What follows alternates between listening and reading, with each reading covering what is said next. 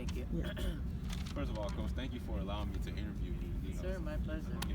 Always been an honor and privilege to do something like this. Sure, and I only have my mask off because they won't be able to understand me. Yes, ma'am. So in that case, I should do that. But you keep yours on. I'll have mine off. Okay. Just because you have to hear my answers. Yes, ma'am. So, Coach, you've been at this for a very long time now. So, what exactly is your favorite coaching moment or memory? I don't have one particular favorite coaching moment, but I'd say one of my like bright spots. One of my favorite moments was winning the NIT. Obviously here at Arizona. Arizona's where I played, and winning the NIT in front of 14,500. So you can show the fans right now. This is not how it was before. Before we had 14,500. Now we have a couple hundred poster boards, but just winning here in Tucson, sold out, and there was like still people trying to get in. So that was one of my favorite moments here. Nice. Coming in as a coach, there was always good moments, but unfortunately there are bad moments, difficult moments too. Yeah. Like, what is actually the most difficult coaching moment you've ever endured? Gosh, I've had so many difficult coaching moments. I think some of the most difficult moments I've had is this year. To coach in COVID, with so many things like the mask, it's very hard to coach with the mask. Just like keeping your team safe, testing every day. Those have been a challenge. I think it's been some of my most difficult moments this year. But prior to that, I think just having adversity and going through losing seasons or not getting the most from your team, those are all really difficult moments. I think as a coach, you have difficult moments every week. Or some of the player, maybe, for me, the difficult part is a player, let's say, tests positive or it's a false positive. We haven't had any positives. Right before the game, right before practice. Knock on wood, really. Right before practice, so then they're out. So I plan a practice, I'm ready, then people are out for weeks. So that's been challenging. Right. And that's been pretty hard. So that's just some of the difficult moments. You mentioned like your players, like they're extremely young, What potential role do you think coaches can have on young people's lives? Coaches touch players more in 1 year than people do in a lifetime.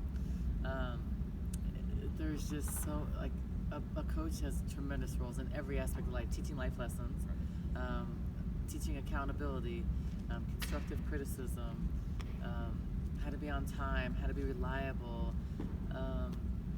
There are so many things that we teach. I think just in life, how to present yourself professionally, how to speak at an interview, how to just be well-rounded, and how to work with different people, how to work with people in different cultures. Like we had a Muslim player on our team.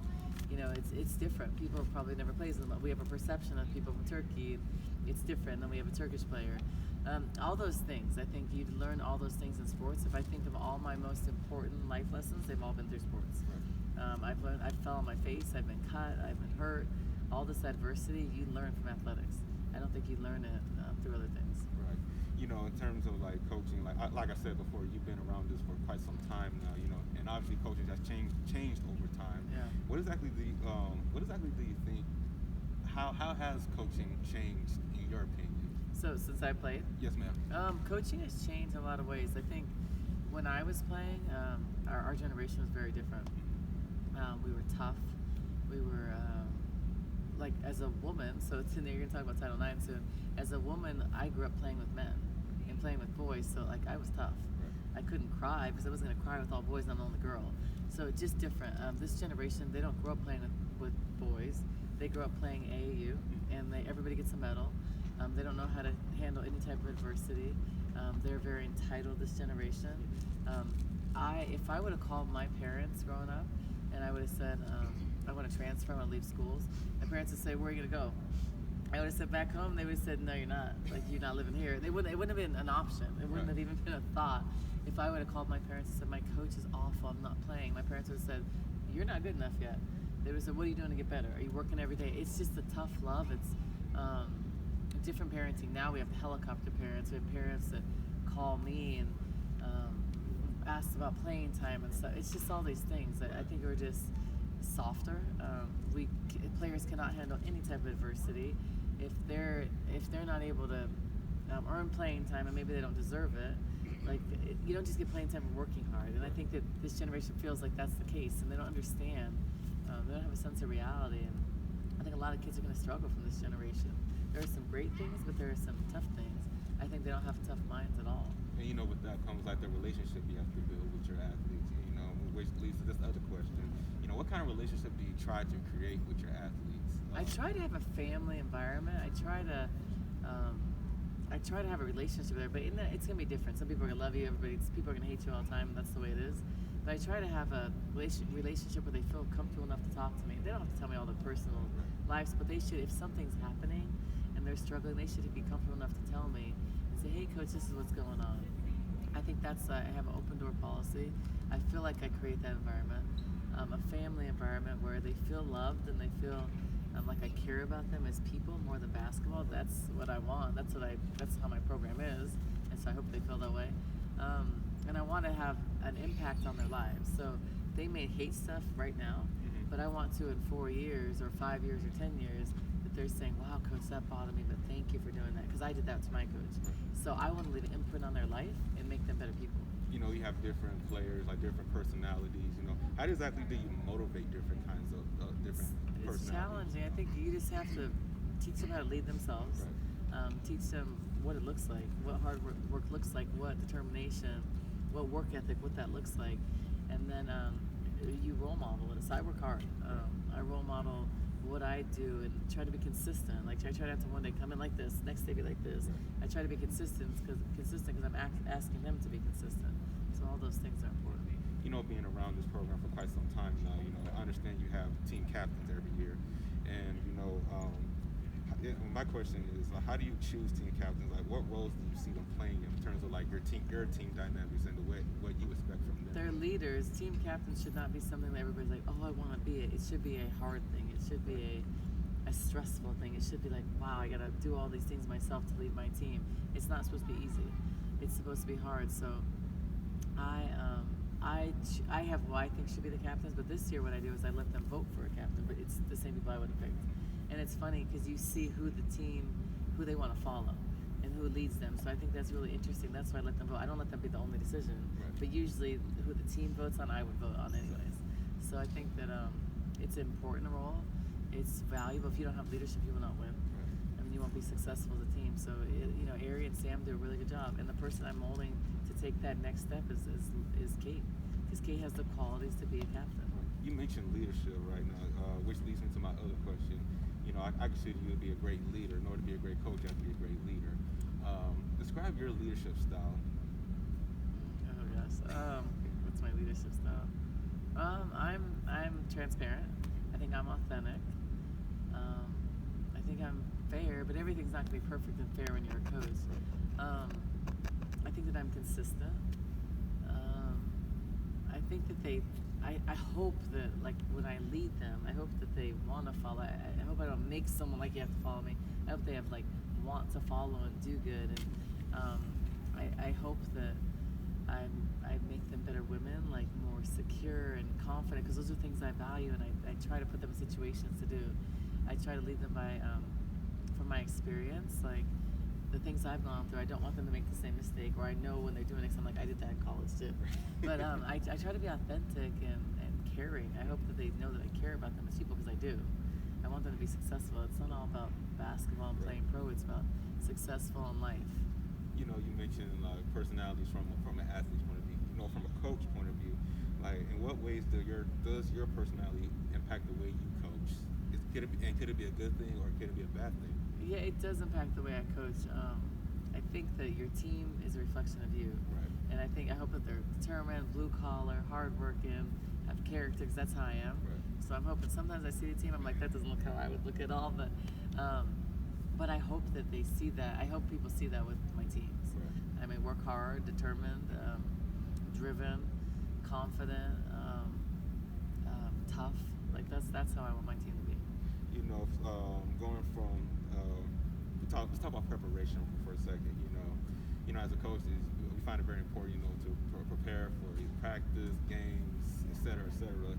How do you go about preparing, planning, organizing as a coach, and why do you think that is so important, as a coach? Can you understand me like this? Yes, ma'am. Preparation is very important. I think you need meticulous preparation. I think that the best teams are prepared, so you need to be organized. You need to have a plan, and you need to execute that plan daily. But you need a big picture plan. Right. So I think that I work really hard behind the scenes, like do in practice takes a couple hours a day. Right. It's not like I just put it together for 30 minutes. People don't understand that part. Right. But just even the typing and like putting it in, so I think about it, and I write things out, or I may do notes today, write some notes on my paper, and then tomorrow I execute it. Or I might say, like, Coach Misha, what do we need to do for this? Or Jackie or Salvo, like, defense, I want you to work on this, pick out some drills, like, but I have a plan. Right. So you have to be prepared. Yeah, your team has to be prepared because that leads to confidence. When you're prepared, you're confident in what you're doing, and you're confident in like what's being thrown at you. So those things. What was the last part of the question? Why is it so? Why do you think it's important? What's important? You won't win. Right. You won't be successful. There's no team that's successful that isn't prepared. Okay. If you look at Tara Vanderveer, one of the most successful, who's gonna I think break the record today. It should be. Probably. Or Tuesday. I think she breaks the record for the most winningest coach ever. She's very prepared. Right. So you have to have your players prepared, or else they're not confident and they can't execute. Right. So if you want to be successful, you have to be prepared. You mentioned your players. A lot of coaches find it so critical. Considering like age, skill level, and their environment context. But why do you think that's so critical for coaches nowadays? Wait, what's the question? So why is it so critical for coaches to consider age, skill level, environmental context? Well, so we don't have to worry about age. Right. Skill level's taking care of itself with recruiting, because you only recruit people that have the skills that you want, or else they're not here because we're a top 10 program. Right. You do consider the external things. So a year like this year, there's COVID. Right. It is a tremendous amount of external stress. It is so much going on. Like the travel stressful, just everything. Like the players don't have an outlet. They can't do the things they normally do. So it's a tremendous amount of stress. I mean, for African American student athletes, like there's like 124% more of like stress and counseling, because there's so much social injustice. There's racism. There's so many things. Like in most athletes, a large majority of basketball players are going to be African American. So there's so much more pressure this year. The players can't go out and hang out together. They're kind of isolated, so it's leading to a lot more mental illness. And mental health is a huge thing we're thinking about. So there are so many factors that are beyond our control. And I can tell you as a coach, for me, like I have a family and stuff, and I'm older, but it's stressful. Like before our first game, there were so many questions I had to answer for like the seats like this, like and assign the seats, just like things that I never like the protocol, what we're doing, where we're going, telling the players that stuff. It's stuff that I never had to do before. Right. So it's like stressful as a coach, and then coaching the mask, and then the first game I almost got fined because my mask was down. But like it's very hard to communicate, because a lot of stuff we do across the courts, like by they're seeing your sorry, my son over there. No, you good. Lip syncing stuff. Mateo, got his son running around, and getting into my milk. But so just a lot of different things that are stressful. Right. I think you kind of answered this question earlier. But how do you actually keep positive relationships, like in terms with parents, administrators, fellow coaches that you coach against, and stakeholders, stuff like that? Keep relationships. Yes, well, keep them positive. You always have to stay positive. I think that as a coach, you have thick skin. You don't worry about all the stuff, because if you read all the paper and stuff, you're gonna get frustrated. I think that one of the most important things is relationships, and one of the most important things is creating a community, and you have to do that to be successful. I think I take value in getting out in the community. It's a little different because of COVID too. That's another way that it's affected us. Yeah. But getting out, creating relationships, and because people want to support you, and I think those relationships are important. So they have to be authentic, real, and it takes time. And when you take that time and you get into those relationships, people support you. But it's important. Right. You also, I think we talked about this earlier today as well. Talking about creating a safe environment for your athletes. How exactly do you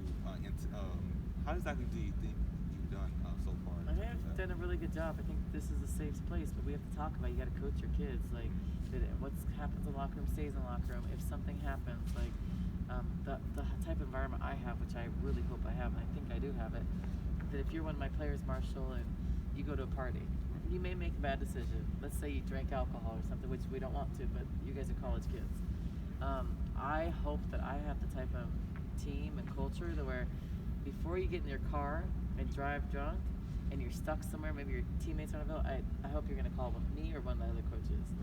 And yes, you may get in trouble later, you may get in trouble, and you may have to, but there may be a consequence. Right. But the thing is that the fact that you'll make that decision to do that because you're comfortable, or if you're stuck. My philosophy is, let's say you have a flat tire. I don't want you to rush to work on the flat tire and get in an accident. I trust you, and trust is one of our things here. That if you tell me my tire is flat, I'm gonna say, hey, be safe, just get here when you can. Right. Because you're not telling me that all the time. If you're doing it all the time, I'm gonna say that, okay, it's not a flat tire, you're lying. Right. But it's like a trust thing. So I think you need that kind of environment. That's the kind of environment I have. Other coaches don't have that. There's a lot of other coaches where, regardless of what happens, if you're late, you are late, you're gonna run, or the team runs. I don't believe in that because I think there are situations. I think you have to support your student athletes because stuff happens. But the trust and the consistency and the relationship is there in order to have those things. So I hope that I create that here.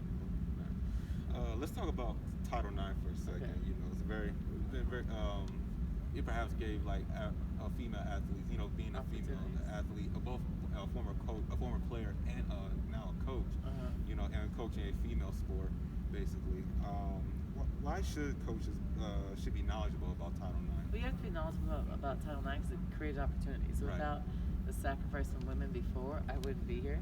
I wouldn't have this job. All men would have the job. And we wouldn't have a scholarship. So if you look at women that I meet, even when I first got the job at Arizona from like the 60s, they didn't have scholarships. They were like practicing and like a side. It's just like not equal at all, and just not fair. And I think women didn't have opportunities many years ago. So it's just they didn't have scholarships. They weren't allowed in certain colleges. It's just without that, we wouldn't even be where we are today. I wouldn't be here. I wouldn't be coaching. I wouldn't be have any of the opportunities that I have today. So it's important, and I think our generation, or this generation, doesn't even understand the work and the sacrifices from before. But even when I played here many years ago, we didn't have any of the facilities that women have now. We had a little crappy locker room, like community shower, like we didn't have that kind of stuff, but the men had nice stuff.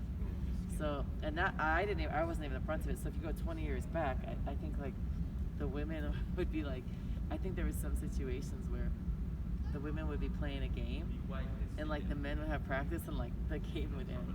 Like I can't even understand that was a possibility years ago, and it was so unequal. Like I can't even understand that, but that's the way it was.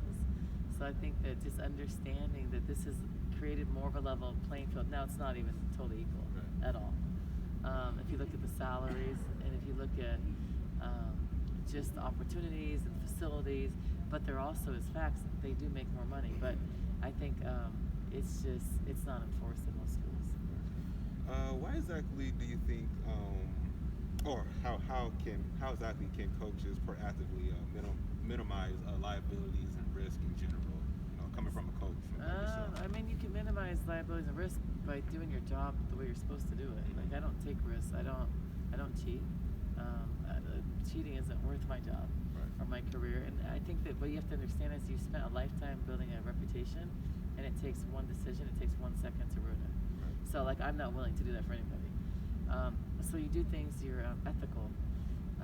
You do things the right way, you're not taking risks. So I'm not willing to take the risk, it's not worth it for me.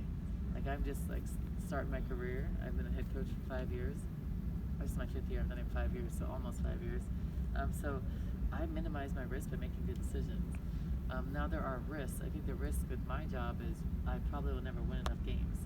As a coach, I'll probably be fired one day. I mean, hopefully I won't, but if I don't, that's going to be shocking. Because most are fired at one day. I mean, you go like this, and that's kind of the way the career is. But that's what I signed up for, so I'm okay with that. But at the end of the day, if I did my best the right way, ethical, I did things that I'm supposed to do, and it takes care of itself. And I have faith, and things happen the way they're supposed to be. But it's tough. And the reality is, like I think someone said it yesterday. He was let go. And it's a hard, but he also inherited a tough situation. It's hard. Winning's hard. Like everybody can look on the outside and say coaching's easy. Coaching's very hard. Winning's harder. It's very hard to recruit. It's like the stars have to be aligned to win championships. And there's so many more factors. Like one bad coach or a bad person or a bad assistant can ruin chemistry. People don't understand that when they've never coached. So it's a lot to it, but that's what we sign up for. And I think he said in the interview a couple of days that we signed up for this. So it comes with the territory. It is what it is, but there's a lot of risks with our job. You mentioned coaching is a very difficult job. You know, perhaps part of that job is discipline, especially disciplining your players and also disciplining yourself. What exactly are some of your effective and ineffective approaches towards discipline? In this nowadays, you can't really discipline. When I was coaching, I got disciplined a lot different. I mean, we did punishment running and stuff. You can't do that nowadays. So you have to discipline in other ways. And I think the best way to discipline and the best way to correct behavior, not really discipline, like correcting behavior, is not playing. So I think this bench right here is one of the best teachers. Because if you don't play, that's what everybody wants to do. You don't play, it teaches you a lot. Right. You know, obviously we live in the social media world. And I think this has helped the program. You know, in terms of recruiting and getting the attention. You know, back to the program that once was mediocre and now obviously we're top 10 as you mentioned before. How can social media be a problem and also an opportunity for coaches? It's a problem for kids for players because it's a distraction. Right. It's like the kids, your generation of kids, is more concerned about like the likes you get than a lot of other things, and it's just so like I don't understand that. Right. It's funny with my generation. I'm like I post what I want because I don't care because I want to post my kids. But I think that there's a lot more stress and pressure to look a certain way, to act a certain way, to be a certain way. You want acceptance from social media. That's hard. Like we didn't have that, so that's a lot more stressful for you guys. But the way we can use it is that you can create a brand. You can create a brand for yourself that's going to be really an advantage for next year when our players have name, image, likeness. Because you can create a brand, have tons of followers, and probably make money from it. Right. And then also it promotes your program. It promotes Arizona in great ways and shows personality of the players. So it's really helpful for a winning program. Thank you. Coach, I appreciate your time. Thank you so much for your interview. You're welcome.